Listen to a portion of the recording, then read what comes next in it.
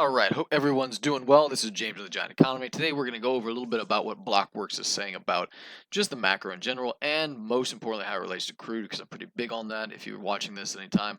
But we're going to see what someone else has to say about it.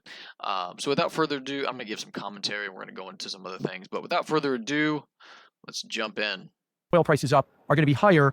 That might get the Fed to, at a minimum, dash the hopes that in 2024 that there will be rate cuts, but might still see some more rate hikes into 2024. So I'm not completely convinced that A, they're done, or if they raise rates in November, that that's it as well. And how much does the price of oil play into that? Price of oil, $120 in June of last year, went down to as low as $66, $67, I think, for WTI. We just checked, it's at 89. So in a few months, you've had a $20 rally, and that's such a volatile component when it comes to inflation. Do you think the Federal Reserve is going to respond to that, or are they more going to focus on that core inflation, which strips out energy and food? No, they'll respond to the core inflation number, but there's two things to keep in mind about oil. That is the basis of energy, and all economies run on energy. If the price of oil stays up, and I think it will, that will eventually feed into manufacturing processes, transportation costs, things that are in core inflation. It won't be in the August number, won't be in the September number, but eventually it will filter through into some of those numbers later in the year.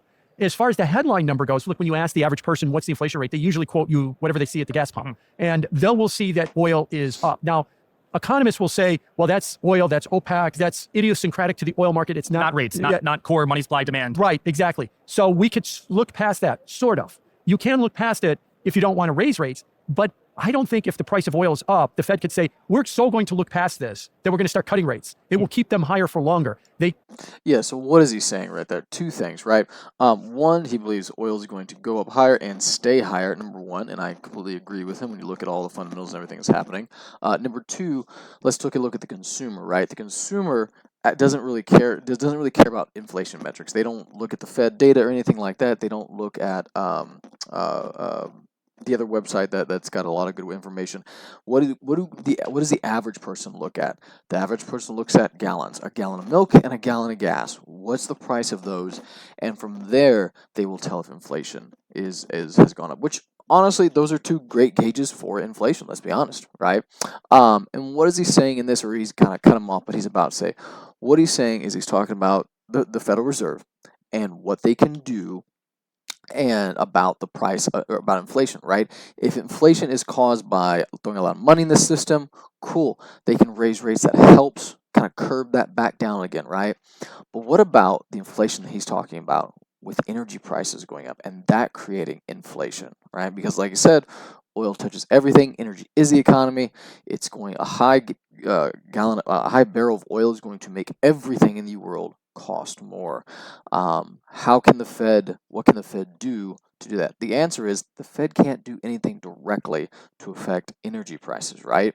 What they have to do is they have to raise rates, which will cause demand destruction on everything, right? And that demand destruction on everything will then curb back the price of oil, right? So the Fed can't get directly towards energy, right? They have to go through the consumer. In other words, if you want to lower the price of gas by a monetary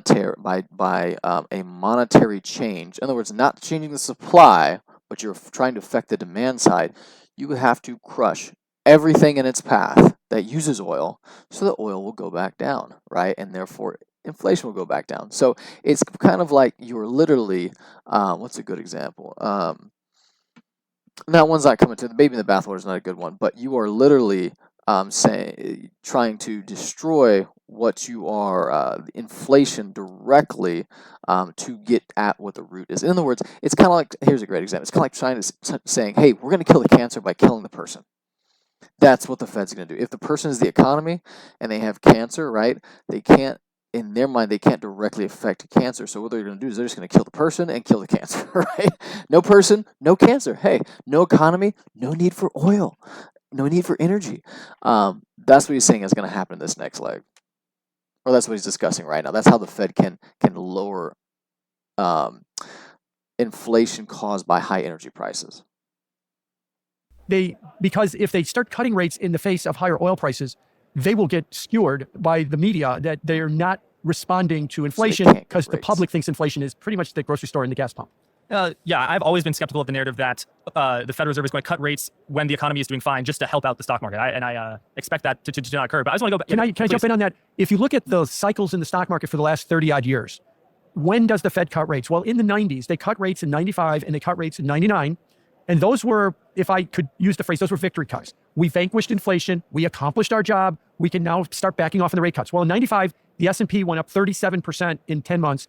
And in 99, the NASDAQ went up 85% in a year. And the Fed said, or the Fed kind of acknowledged, we kind of sent the animal spirits, running by cutting rates. The last three rate cuts, 2000, 2008, and 2020, came about as a panic because the economy started to fall apart and they were trying to stop a recession.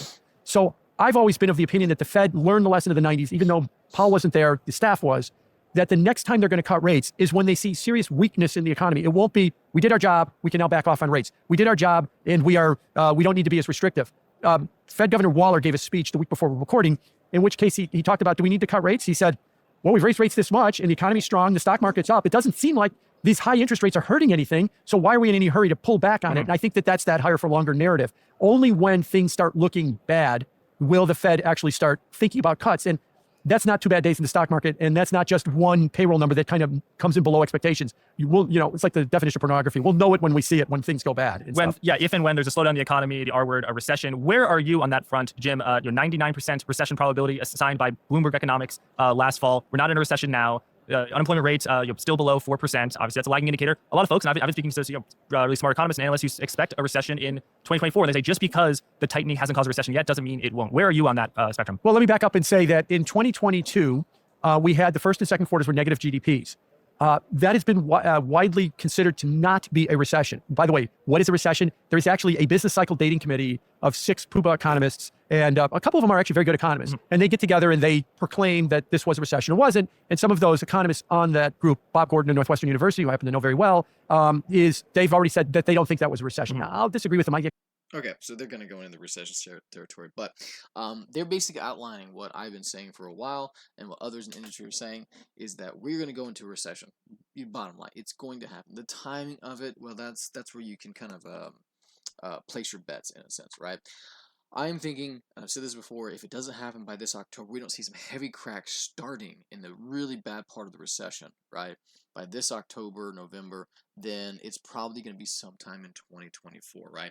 I am currently thinking that, hey, I don't think anything's going to explode in the next 30 days. They've been keeping a lid on it for the last 12 months. So I'm thinking that lid can, be on it a little bit more, but probably in 2024, we're going to start to see the depth of the recession, right? In other words, everybody's going to know it, everybody's going to start to feel it, and we're going to start that slide down.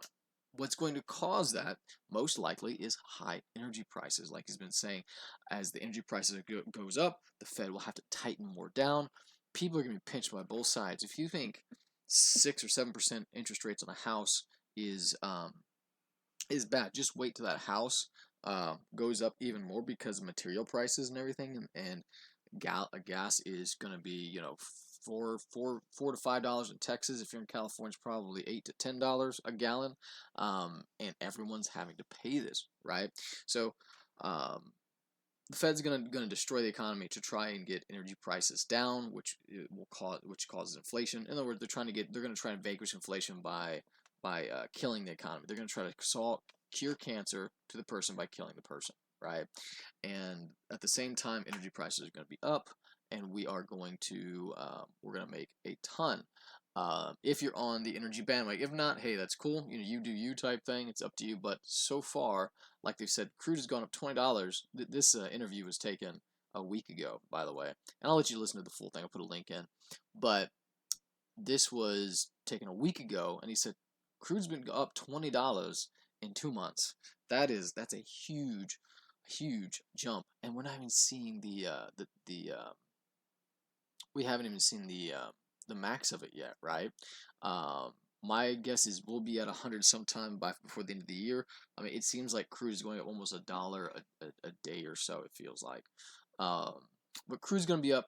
That's going to crush the economy. I'm positioned in a way that's really good. I'm in oil and gas assets, like hard assets, not stocks or anything like that, to where you don't really have to watch. You just get a bunch of oil and gas companies that are producing and working for you. If this interests you, let me know. But we got another good project on the line. We've got a few more coming down the pipeline.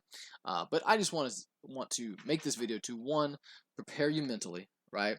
And I had a friend ask me, what do I do? Start saving cash, right? Get your credit cleared up, get those debts paid off. If there's anything you don't need, sell it. Get it off right now because it's not going to be worth as much in the next 6 to 12 months if I'm right. This is what I'm betting on. And then just hold cash or invest some in energy or have a mix, whatever you feel comfortable with, right? My name is James. This is The Giant Economy. Thanks for listening. If you have any other questions, you can contact me. Here to help in any way I can.